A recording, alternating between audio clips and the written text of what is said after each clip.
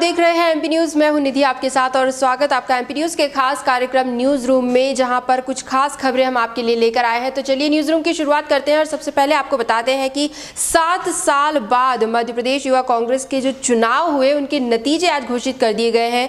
कांग्रेस विधायक कांतिलाल भूरिया के बेटे विक्रांत भूरिया नए अध्यक्ष चुन लिए गए हैं। प्रदेश में अध्यक्ष पद के लिए 9 उम्मीदवारों के बीच मुकाबला था, जिनमें सबसे ज्यादा वोट विक्रांत को मिले हैं। विक्रांत भूरिया ने संजय सिंह को 20,420 वोटों से हराया है। विक्रांत को कुल 40,850 वोट मिले हैं और एक विशाल जीत उन्होंने यहां पर दर्ज की है। संजय सिंह को वरिष्ठ उपाध्यक्ष बनाया गया है, जबकि अजीत बोरासी, प्रतिमा मुदगल और विपिन वानखेड़े को उपाध्यक्ष पद की जिम्मेदारी दी गई है। इसके अलावा विवेक त्रिपाठी सहित अध्यक्ष पद के 6 उम्मीदवारों को सचिव बनाया गया है। बता दें कि युवा कांग्रेस चुनाव के लिए 10, 11 और 12 दिसंबर को वोटिंग हुई थी, जिसमें 3,50,000 सदस्यों में से 1,10,000 ने ऑनलाइन मतदान में हिस्सा लिया था। लेकिन नतीजे अब घोषित हो चुके हैं और नए अध्यक्ष के रूप में अब हमारे सामने है विक्रांत भूरिया। बढ़ेंगे अगली अपडेट की तरफ। मध्य प्रदेश और बिहार में अपनी सरकार स्थापित करने के बाद बीजेपी अब बंगाल में भी धावा बोलने की तैयारी में है और इसके लिए बीजेपी फॉर्मूला 23 के साथ आगे बढ़ रही है, जिसके तहत मध्य प्रदेश के 3 बड़े नेताओं को भी बंगाल के लिए बड़ी जिम्मेदारी सौंपी गई है, जिनमें कैलाश विजयवर्गीय, गृह मंत्री नरोत्तम मिश्रा और केंद्रीय मंत्री प्रहलाद पटेल का नाम शामिल है। बंगाल चुनाव को बीजेपी के पक्ष में करने के लिए नए पर्यवेक्षकों की नियुक्ति भी की गई है। आपको बता दें कि यहाँ पर ये सभी जो नए पर्यवेक्षक नियुक्त किए गए हैं वे बंगाल में भाजपा के संगठन को और मजबूत करने के साथ साथ चुनाव संबंधी तैयारियों का आकलन भी करेंगे और साथ ही साथ जनसंपर्क भी करेंगे। यानी बीजेपी के पक्ष में माहौल बनाने की पूरी तैयारी की गई है। बड़े बड़े नेताओं को जिम्मेदारी दी जा रही है और अलग अलग देश के अलग अलग हिस्सों से अलग अलग नेताओं को चुना जा रहा है, जिसमें मध्य प्रदेश से इन 3 दिग्गजों को टीम में शामिल किया गया है। आगे बढ़ते हैं। बीजेपी के राष्ट्रीय महासचिव कैलाश विजयवर्गीय का एक बयान काफी सुर्खियों में है, जिसमें कि उन्होंने कहा था कि कमलनाथ की सरकार गिराने में पीएम नरेंद्र मोदी की भूमिका रही।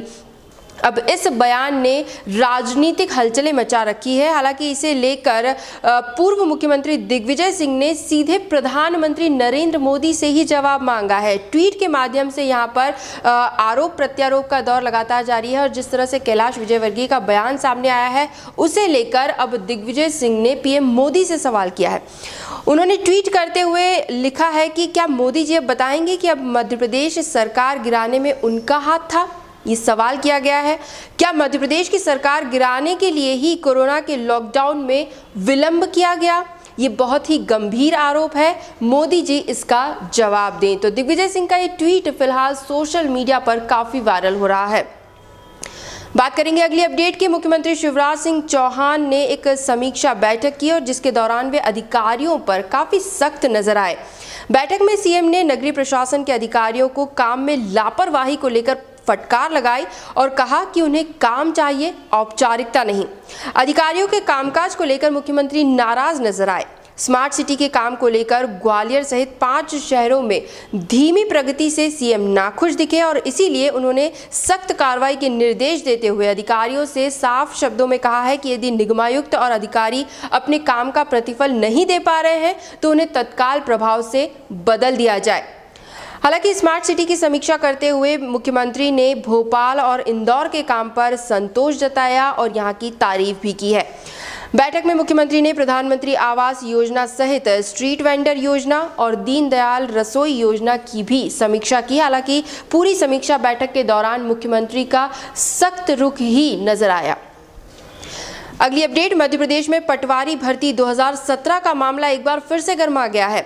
उम्मीदवारों ने अब इसके खिलाफ मोर्चा खोल दिया है। उनका कहना है कि प्रोफेशनल एग्जाम बोर्ड द्वारा 9 दिसंबर 2017 को 9,233 पदों के लिए परीक्षा ली गई थी, जिसका 2.5 साल से अधिक समय बीत जाने के बाद भी सभी पदों पर भर्तियां नहीं की गई है। वे अभी भी इंतजार कर रहे हैं।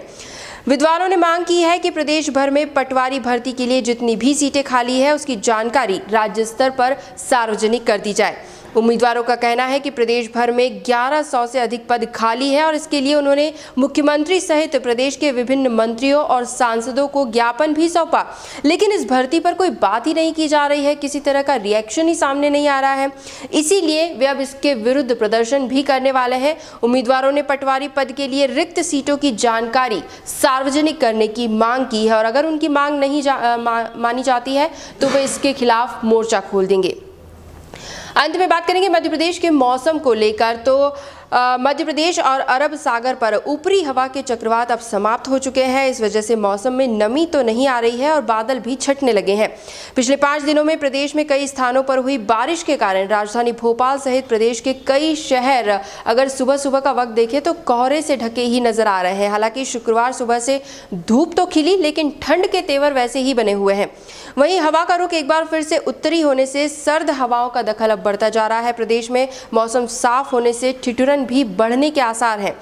देश के 23 शहरों में न्यूनतम तापमान 10 डिग्री से नीचे रिकॉर्ड किया गया है। राजधानी भोपाल की बात करें तो सीजन की सबसे सर्द रात रही कल। 4 डिग्री की गिरावट के साथ पारा 7.4 डिग्री तक पहुंच गया।